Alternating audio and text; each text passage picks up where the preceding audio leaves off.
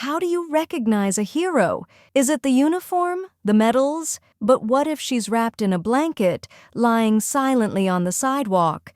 Would you still see the hero? Under the flickering light of a street lamp in a quiet corner of Los Angeles, a thin blanket lay on the cold pavement. People passed by, but no one looked. It was as quiet as a discarded coffee cup, until one woman hit the brakes. Ellen DeGeneres was driving home after a long day, but something in the corner of her eye caught her attention. A still figure under the street lamp, a feeling, sudden and unshakable, made her pull over. Without waiting for her driver, she stepped out of the car and walked toward the figure with purpose.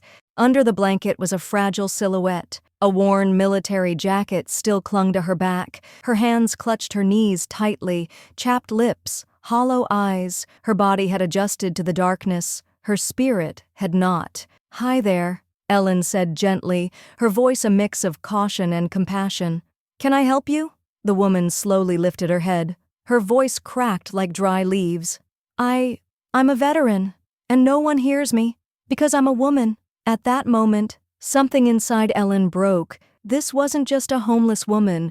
This was a war survivor, forgotten in peacetime, and the silence was about to be shattered forever. Ellen sat down beside her, knees to cold pavement, heart to heavy truth. The woman's name was Samantha, a decorated Iraq war veteran, a soldier who had served with honor, courage, and strength. But now her world was reduced to this: concrete, cold, and silence. "They told me I'd be a hero when I got home," Samantha said without lifting her gaze. "But no doors opened, because I'm a woman, and this system doesn't see us."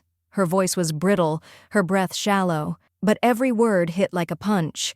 "What about the government? Your benefits? Your family?" Ellen asked softly. Samantha bit her lip. Her eyes shimmered with uncried tears. "Even my own sister said, 'Why'd you even go to war?' The government?" I applied. I begged. No reply. Then I lost my home, my job, and ended up here." Just then, two men walked by. One looked at Samantha and sneered. The other chuckled and shook his head in disgust. Samantha's eyes welled up. Her voice cracked again. "It's not the gunshots that haunt me. It's the silence of people pretending I don't exist." Ellen reached out and held her hand firmly.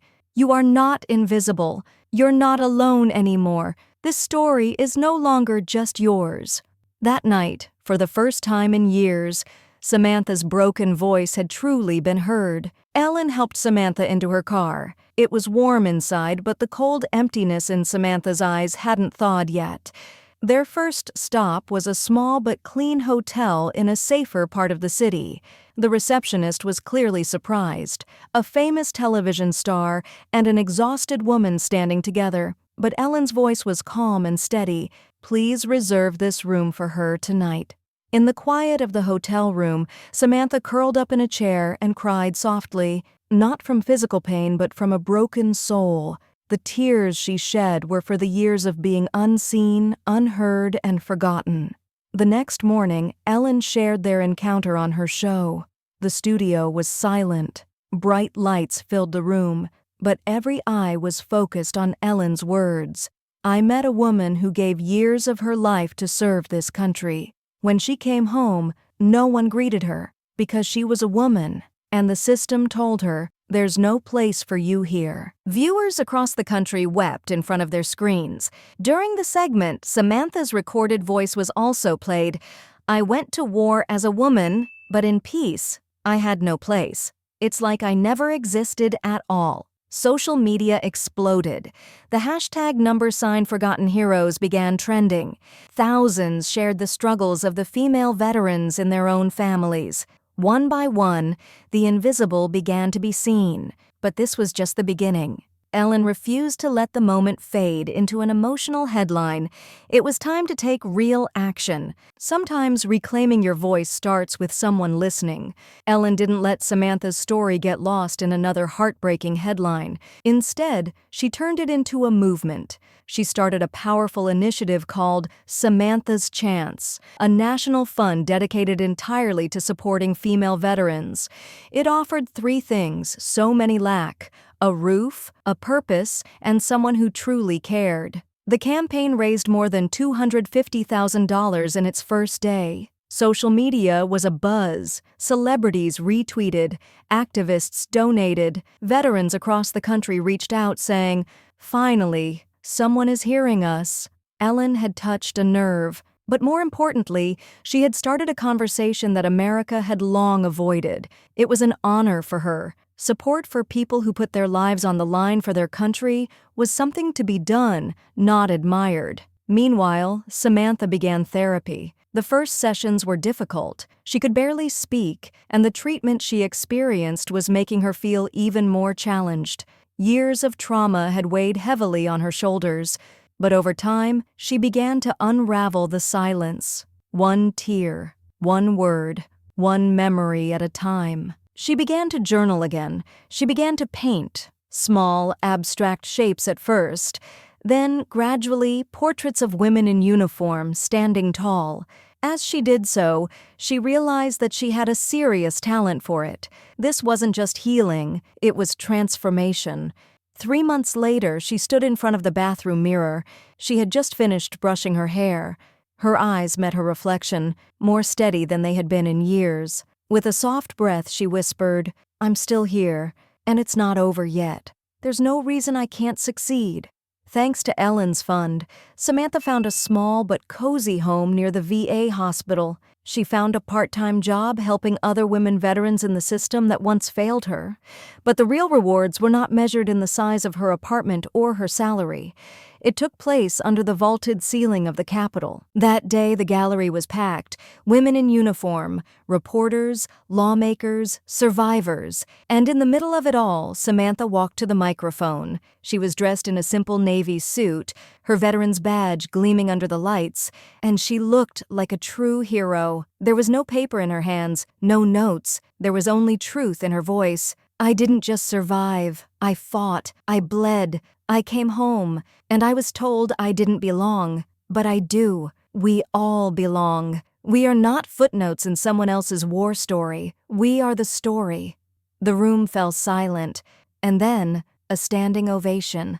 Ellen sat in the back row, silently wiping a tear from her cheek. Her smile was soft, but inside it was filled with pride. She hadn't just helped Samantha get back on her feet. She had helped light a fire. Samantha's testimony was no longer personal. It had become political. It had become historical. And most importantly, she had become unforgettable, and she was ready to put her all on the line to make sure it wasn't forgotten. Sometimes saving one life changes the destiny of thousands. Samantha's story was no longer just a tragic tale told on TV. It had become a symbol, a wake-up call that shook the conscience of a nation. The fund Ellen started had gone nationwide. News channels covered it for weeks. Interviews were aired, panels held, discussions ignited. But the real change came from Washington. The U.S. Congress officially placed a new bill on the agenda, one designed specifically for female veterans. It included housing rights, trauma-informed therapy programs, priority employment access, and guaranteed social services. When voting day came, Ellen was broadcasting live. There was a rare seriousness in her eyes as she turned to the camera. What started as a whispered sentence on a cold sidewalk is now echoing across an entire country. This isn't just charity, this is justice. The bill passed, unanimously. The entire chamber rose in applause. This wasn't just legislative reform, it was a long-overdue acknowledgement of forgotten heroes in uniform. That same evening, Ellen hosted a special segment on her show. Samantha sat in the front row holding a small cardboard sign. On it, only one line was written, "I was once homeless. Now I have a voice for others." The studio erupted in applause. Tears were shed, but this time they were tears of hope. Ellen turned to Samantha. Their eyes met. No words were needed. This story wasn't just about lending a helping hand.